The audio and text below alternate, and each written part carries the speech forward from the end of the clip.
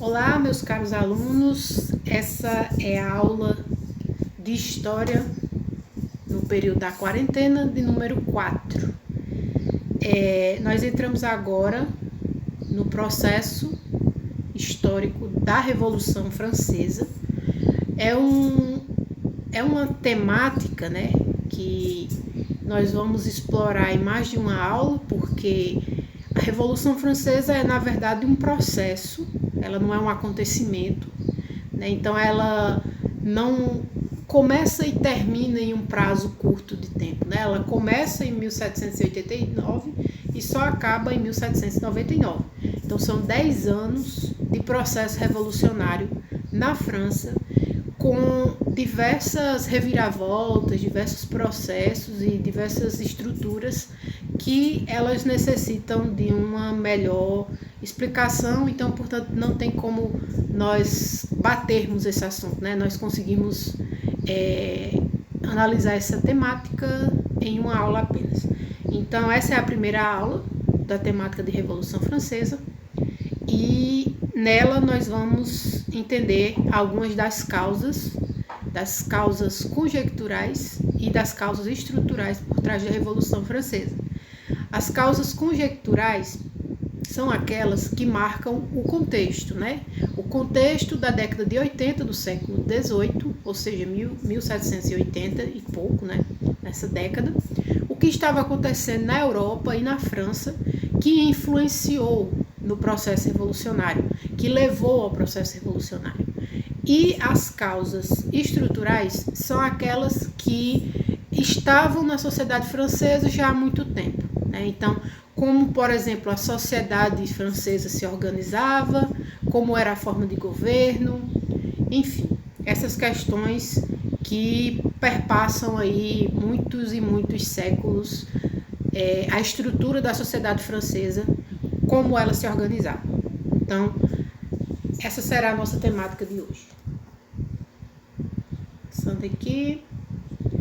Bom, partindo para a primeira causa estrutural da Revolução Francesa, nós temos o próprio absolutismo francês e todas as crises econômicas, né, que ele vai gerar ao longo do século XVIII.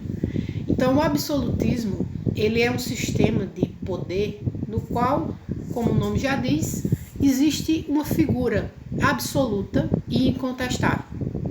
Neste caso, os reis, né? Os reis são as figuras absolutas do poder. Na França, né? Na França existiu um primeiro rei que começou a produzir esse tipo de sistemática de poder, né? Este rei foi o Bourbon, Luís XIV, o primeiro dos grandes reis absolutistas, grandes no sentido de mais famosos, né? Os mais famosos reis absolutistas, que teria dito a frase: o Estado sou eu. E nessa frase, o Luís XIV está expressando o quê? O Estado, ele não é algo que me governa, não é algo alheio à minha vontade. O Estado sou eu, são minhas necessidades, minhas vontades, meus desejos. Portanto, não existiam órgãos governamentais como existem hoje, por exemplo, uma Câmara dos Deputados, um parlamento, um sistema jurídico que impedisse o rei de lidar com, por exemplo, as finanças do Estado, né? Todo o dinheiro que era cobrado de impostos na França, ele não era para ser usado para o bem do povo francês. Não existia nessa época um conceito de bem público, né? Então, todos os bens da França eram bens dos monarcas franceses e eles podiam se utilizar deles das formas mais variadas que quisessem. Então, o Luís XIV, ele inicia uma tradição de reis absolutistas franceses que depois vai ser herdada pelo seu bisneto, o Luís XV, e pelo neto deste, o Luís XVI. Então, são 3 reis de uma mesma dinastia, a dinastia Bourbon, que vão, na França, executar com perfeição as características daquilo que nós chamaremos de um governo absolutista. Dessa forma, apenas para ficar bem evidente, não existia um controle dos gastos públicos, daquilo que o rei podia ou não podia fazer, daquilo com que ele podia ou não podia gastar. Dessa forma, o absolutismo é um sistema fadado a, de certa forma, produzir crises financeiras. Por quê? Já que não existe um controle de quanto o rei pode gastar, de como o rei pode gastar, o dinheiro arrecadado através da cobrança de impostos, os reis usavam esse dinheiro à torta e à direita. Eles tinham um padrão de vida extremamente luxuoso, e não apenas eles, como também toda uma classe de nobres que estavam próximos ao rei e de membros da maior hierarquia do clero, né? Membros da igreja, como por exemplo bispos, arcebispos. Era uma estrutura social na qual uma pequena parcela da população tinha todo o acesso financeiro a todo o montante de dinheiro que era arrecadado com os impostos. Então não existia, por exemplo, uma ideia de vamos pegar esses impostos que são pagos pelo povo e investir em, por exemplo, saúde pública, educação pública. Nenhuma dessas coisas existia. As pessoas, em sua maioria, eram analfabetas. Quem conseguia estudar, estudava porque tinha dinheiro para pagar. A saúde, nem se fala, né? A saúde pública não existia. Então, era um sistema no qual se pagava impostos apenas, exclusivamente para manter os luxos, as riquezas e o padrão de vida de uma classe nobre e de uma classe de clérigos, né? Os membros do clero. Só para deixar claro aqui para vocês, o nível, né, que chegava à opulência, à riqueza desses monarcas. Então, o Luís XIV, o primeiro lá monarca absolutista, ele foi capaz de construir, próximo a Paris, um palácio, que até hoje é conhecido, chamado Palácio de Versalhes. O Palácio de Versalhes é o símbolo maior da opulência, da riqueza e do luxo que conseguiu chegar, o patamar que conseguiu chegar à nobreza francesa no século XVIII.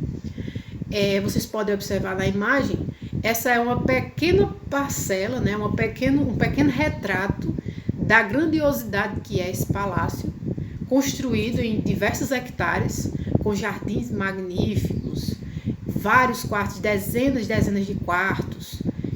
Enfim, é uma obra monumental de arquitetura produzida no século XVIII e que foi produzida com uma qualidade tamanha que ainda hoje ela impressiona pela beleza e pela majestade que ela transmite. Porque o Palácio de Versalhes também era um recado, né? Era o rei, o Luís XIV, falando com seus súditos e demonstrando toda a sua magnitude, né? Porque o rei, tanto o rei quanto a nobreza, a única coisa que eles faziam durante sua vida era ostentar. Eles viviam da ostentação, né? Eram as grandes figuras da ostentação do século XVIII era a nobreza. Essas pessoas que, por um privilégio de nascimento, né? Então, tipo, você nascia numa família nobre, você seria nobre para o resto da vida, não teria que se preocupar com trabalhar, não teria que se preocupar com nada. Então, era um modo de vida muito, muito bom, né? Muito tranquilo para essas pessoas. Isso, então, que caracteriza uma sociedade de privilégio, né? O privilégio que é essa questão que divide a sociedade entre aqueles que vivem bem, que vivem confortavelmente e aqueles que não vivem bem. Então, o privilégio na sociedade do antigo regime, ou seja, na sociedade absolutista, ele era soberano, ou seja, ele era aceito socialmente. Hoje em dia, existe uma parcela grande da população, né, que ao observar assim, pessoas extremamente ricas, acabam achando aquilo um exagero, né? Não tem para que isso, não tem para que ser ostentar desse jeito. Mas no século XVIII, né, essa prática da ostentação dos ricos era algo aceito, né, internalizado pela população mais pobre, que mesmo vivendo nas condições muitas vezes mais extremas de vida, né, de pobreza, aceitavam como natural que existissem pessoas que tinham esses privilégios, né? Até porque a própria Igreja Católica, ela produziu uma ideologia, né, na cabeça das pessoas de que o privilégio de nascimento dos nobres tinha que ser respeitado porque era a vontade de Deus. Então Deus escolhia aqueles para reinar, aqueles para trabalhar, aqueles para serem miseráveis. Era uma condição natural da vida humana que deveria ser respeitada e que não devia ser contestada. Isso foi feito desde a Idade Média, passando pelo século XVI até chegar no século XVIII. E a Revolução Francesa, ela é justamente a quebra dessa ideologia, onde as pessoas, embora não desconsiderem, né, a religiosidade, elas acabam criticando essa perspectiva, né, essa dimensão de que a pobreza ela deve ser aceita por uma questão divina. Então, aí está uma das questões estruturais da Revolução Francesa. A sociedade de privilégios que existia na França no século XVIII. Então, uma questão importante que a gente tem que discutir aqui é que essa questão dos impostos, né? Enquanto existia uma parcela da população muito pequena, clero e nobreza, que não pagavam nenhum tipo de imposto, existia o restante da população composto por burgueses, trabalhadores das cidades e trabalhadores do campo, que pagavam todos os impostos que sustentavam a riqueza da nobreza e do clero. Então, é uma grande parcela que paga para o bem-estar de uma pequena parcela. E isso vai produzir na França um déficit interno, no qual os cofres públicos vão receber menos dinheiro de impostos do que saía, do que era gasto por essas classes. Então, o estilo de vida do clero e da nobreza era tão dispendioso, era tão caro, que mesmo que a maioria da população francesa pagasse os impostos, né, enquanto a minoria não pagava, isso ainda não era suficiente para que esses gastos fossem equilibrados.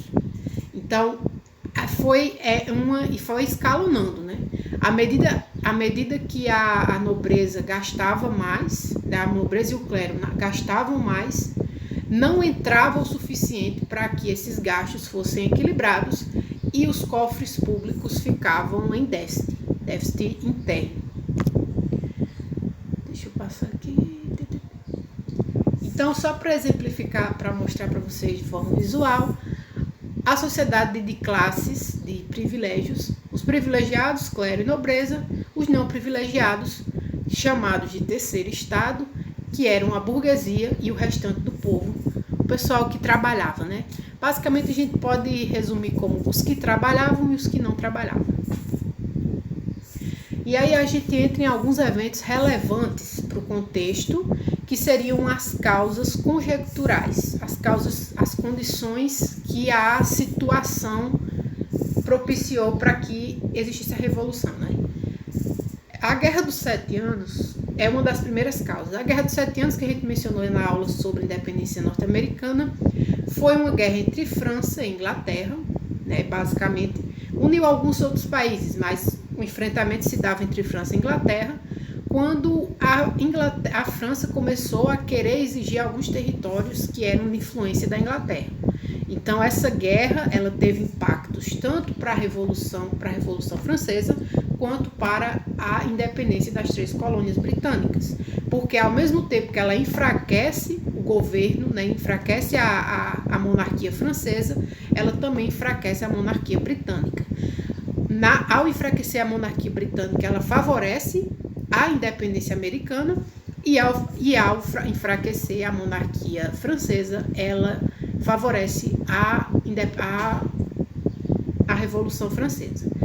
A questão da independência americana também vai enfraquecer a monarquia francesa, porque o rei francês simplesmente, para tentar boicotar, para tentar prejudicar a Inglaterra no processo de independência das 3 colônias, manda exército, manda soldados para lutarem também na Guerra de Independência Americana. Então, depois da Guerra dos 7 Anos, quando eles já tinham perdido muito dinheiro, eles também vão perder dinheiro na independência americana. Além disso, vai existir um empréstimo que a França vai pedir à Inglaterra, que contabilizou no total 5 milhões de libras esterlinas. Essas 5 milhões de libras esterlinas, elas acabaram, a França acabou não tendo condições de pagar, porque a gente vai lembrar novamente, a França já passava por uma crise interna, em que existia um déficit na balança interna entre o que entrava e o que saía de dinheiro. Então a França acabou falindo, né, tanto internamente quanto externamente. Isso levou a que a França tivesse que assinar com a Inglaterra o Tratado de Eden-Heideval, em 1786, que era um acordo de livre comércio com a Inglaterra que permitiu que os produtos ingleses manufaturados, né, vamos lembrar, a Inglaterra é pioneira no processo de manufatura, que levará à Revolução Industrial, vão invadir o mercado interno francês numa situação de competitividade com os produtos franceses muito desleal. Por quê? Os produtos ingleses eram mais baratos e eram melhores do que os produtos franceses.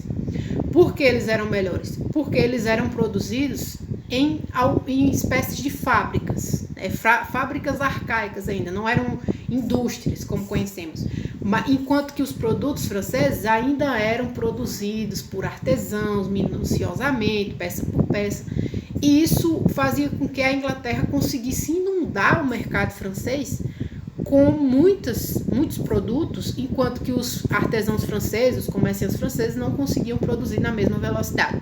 E isso fez com que muitos dos comerciantes franceses, membros lá do terceiro estado, não conseguissem mais se sustentar e acabassem falindo. Então isso leva a uma crise financeira dessa classe específica, que nós chamamos de burguesia, e que vai deixá-la muito insatisfeita, contribuindo muito para a revolução que vai vir a seguir. A outra questão, né, conjectural, né, que vai acontecer no período é a crise do campesinato. No século XVIII, muitos agricultores franceses ainda tinham que pagar impostos feudais, como a talha e a corvéia, aos donos das terras que normalmente eram nobres e membros da igreja. Essas pessoas eram donos de muita terra, eram acumuladores de terra. Eles não usavam essa terra, então acabavam arrendando, emprestando a terra para os trabalhadores, para os lavradores, os camponeses plantarem, e através da colheita, né, dessas plantações, esses donos de terra pegavam para si, às vezes até mais que a metade da colheita que acontecia a cada ano, e vendiam, enfim, lucravam em cima do trabalho desses camponeses. Isso era aceito normalmente, né? Porque existia uma mentalidade ainda um pouco feudal, enfim. Então, os agricultores, eles não recebiam nada pelo trabalho deles, nada além de uma parcela da produção que eles, né, conseguiam fazer, né? Então, eles colhiam ali o trigo, a uva, e parte desse trigo, dessa uva, ia para os agricultores que plantaram, e a outra parte ia para os donos da terra. Era um acordo entre eles. Só que isso se alterou, essa estrutura se alterou, porque em 1787 a França começa um processo é de secas, né? Vai passar por diversas secas que vão fazer com que muitas vezes as produções, né, as safras, diminuam. E nessa diminuição, aquela pequena parte que era dada aos camponeses vai diminuir ainda mais, porque os donos das terras não vão deixar de tirar a sua parte. Então, vai haver um processo de fome, né? A seca leva à fome e a fome leva à insatisfação popular, que vai começar a pensar sobre esse privilégio da classe dos nobres e do clero em ter todas as terras, enquanto que os camponeses, que eram de fato os trabalhadores da terra, não tinham. Então começa a haver um processo de revolta. Todas essas questões, né, vão se acumulando, e quando chega o ano de 1789, a situação já é insuportável na França. Então o rei Luís XVI apela ao político parisiense Jacques Necker para que ele intervenha no contexto, né? Intervenha para que se tente apaziguar aquelas pessoas que estão começando a se revoltar. E outra questão importante aqui que a gente tem que pensar. Além dos camponeses, existiam os operários das cidades, né? Os trabalhadores das cidades, que eram denominados sans-culottes, ou os sem-culottes. Culotte, que é uma espécie de meia, né? Uma meia lá que os nobres usavam e eles não tinham condição de usar, e eram apelidados de os sem-culottes. Essa classe, né, que era urbana, ela dependia de trabalho, né? Então ela tinha que ter ela trabalhava por salário. E quem é que pagava os salários dessa classe? Eram os comerciantes. Então aquela crise causada pelo acordo comercial com a Inglaterra, Eder Redeval, vai fazer com que essas pessoas percam seus empregos, muitas vezes. Vai causar um grande desemprego. Então é outro grupo insatisfeito com a situação. E nas cidades vai existir a disseminação dos ideais de liberdade, igualdade e fraternidade dos iluministas, aquele grupo de filósofos que nós estudamos na primeira aula da quarentena. Então, é uma situação em que as classes mais pobres estão totalmente fragilizadas economicamente, muitas delas estão passando fome, e a classe burguesa, ou seja, os comerciantes, que são pessoas letradas, são pessoas que têm conhecimento dessas novas filosofias, vão se utilizar desses ideais de liberdade, igualdade e fraternidade para usar as classes mais pobres, insatisfeitas, como massa para produzir o processo revolucionário. Então, para tentar impedir tudo isso, o Luís XVI, né, o rei da época, ele vai entrar em contato com o Jacques Necker, que é um político que é popular em Paris. Ele é aceito como alguém que está do lado do povo. Ele é até apelidado de o bem-amado do povo.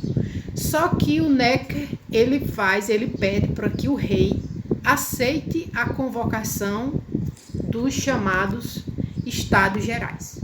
Os Estados Gerais são nada mais nada menos do que uma assembleia consultiva, né, que era consultiva para os reis antes do período absolutista. Ela parece com um Senado moderno, mas ela não tinha a função do Senado, porque, ao contrário do Senado, ela não poderia mandar no rei. Ela não poderia vetar as ações do rei. O rei apenas a convocava quando era necessário tomar uma decisão, apenas para um aconselhamento. Então, o Necker pede para o Luís XVI convocar esses Estados Gerais, e no processo dos Estados Gerais, a gente tem uma situação em que, como era feita a votação dos Estados Gerais, né? Os Estados Gerais seria ali essa assembleia, né, composta por muitas pessoas, como a gente vê aqui nessa imagem, e ele era constituído por representantes do primeiro, do segundo e do terceiro estado. Os representantes do primeiro estado eram as pessoas da nobreza, a alta nobreza, né? O segundo estado era os representantes do alto clero, os bispos, arcebispos, cardeais, pessoas de grande envergadura. E o terceiro estado era composto por membros da classe dos comerciantes, dos trabalhadores urbanos, como os sans-culottes, e até alguns representantes da classe dos camponeses, né? Então estavam ali reunidos no Palácio de Versalhes, a Assembleia dos Estados Gerais, em 1789. Durante as primeiras reuniões dos Estados Gerais, algo que foi feito pelo terceiro estado foi pedir para que se alterasse a forma como os Estados Gerais votavam, deliberavam. Inicialmente, os Estados Gerais deliberavam da seguinte forma: cada estado tinha direito a um voto. Então, o primeiro estado tinha direito a um voto, o segundo a um voto e o terceiro a um voto. Nessas circunstâncias, o terceiro estado nunca conseguiria atingir seus objetivos dentro da Assembleia, porque no voto, né, onde quem vence é a maioria, o primeiro e o segundo estado sempre votariam juntos, né, sempre votariam no mesmo sentido. Então, por exemplo, numa questão como os privilégios de classe, os privilégios de nascimento, né, que era o que o terceiro estado queria abolir da sociedade francesa, não tinha como o terceiro estado conseguir vencer o primeiro e o segundo, porque eles sempre votariam juntos. Então, se chegasse, como aconteceu, né? Chegou o terceiro estado e propôs: queremos propor à Assembleia dos Estados Gerais que sejam reduzidos os privilégios de classe. Chegava a votação, primeiro e segundo estado contra, terceiro estado a favor. Então, sempre dava esse impasse. Então, o que o terceiro estado fez foi pedir para que a votação fosse feita por cabeça, por homem, né, por pessoa. E isso já mudava a situação. Porque enquanto o primeiro e o segundo estado era composto por um número de pessoas muito reduzidas, o terceiro estado, que representava a grande maioria da população francesa, tinha muito mais representantes. Vamos colocar aqui por cima. O primeiro e o segundo estado, cada um possuía cerca de 200 representantes, né? Se concluindo em umas 400 pessoas. O terceiro estado, sozinho, possuía 500. Então, era uma maioria numérica superior. Então, quando o rei percebeu que essa reivindicação, o rei imediatamente manda fechar a Assembleia dos Estados Gerais e tenta impedir que ela se reúna novamente. O terceiro estado, né, formado por essa multidão de pessoas, vai para outra sala do Palácio de Versalhes e lá ele estabelece o juramento do jogo de Pela. Esse juramento, ele diz o seguinte, em linhas gerais: se o rei quiser permanecer no poder, ele deve aceitar a criação de uma Assembleia Nacional Constituinte que dará origem a uma monarquia parlamentarista. Parlamentarista no sentido de que o rei passará a ser cerceado, né? Passará a ser controlado pelas decisões, em suas decisões pelo Senado. O rei não aceita isso e começa a mobilizar o exército francês para suprimir a revolta do jogo de Pela. E isso vai gerar uma série de revoltas, tanto no campo quanto na cidade, que de fato dão origem ao que nós conhecemos como a Revolução Francesa. O momento em que a população francesa se insurge contra o rei e começa um total caos nas cidades e nos campos contra a autoridade real.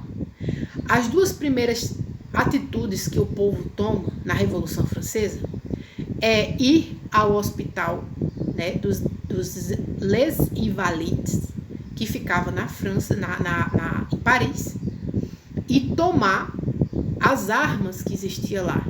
Então, os Les Invalides era um hospital, mas ao mesmo tempo era um arsenal do exército francês. E como era de praxe, né, era lógico não se manter no mesmo lugar, o arsenal de armas e a pólvora, né, porque obviamente em uma invasão, se você mantém as duas coisas no mesmo lugar, você já imediatamente já deu fogo ao inimigo. A pólvora do exército ficava armazenada na Bastilha, uma prisão medieval, já em desuso na época, mas que era uma fortaleza extremamente robusta, que representava todo o poder e toda a força do rei, né? E aqui nessa fortificação era mantido os paióis de pólvora. Então o povo toma as armas dos Les Invalides e depois vai à Bastilha e toma a pólvora, e aí sim dá início a todo o processo da Revolução Francesa, subjuga o rei e o exército, e a partir daí nós temos o restante do processo, que nós só vamos ver a partir da próxima aula. Então é isso, pessoal. A partir da próxima aula nós vamos ver o desenrolar dessas primeiras horas da Revolução, né? O que isso vai causar, e daremos continuidade à temática. Era isso por enquanto. Obrigada.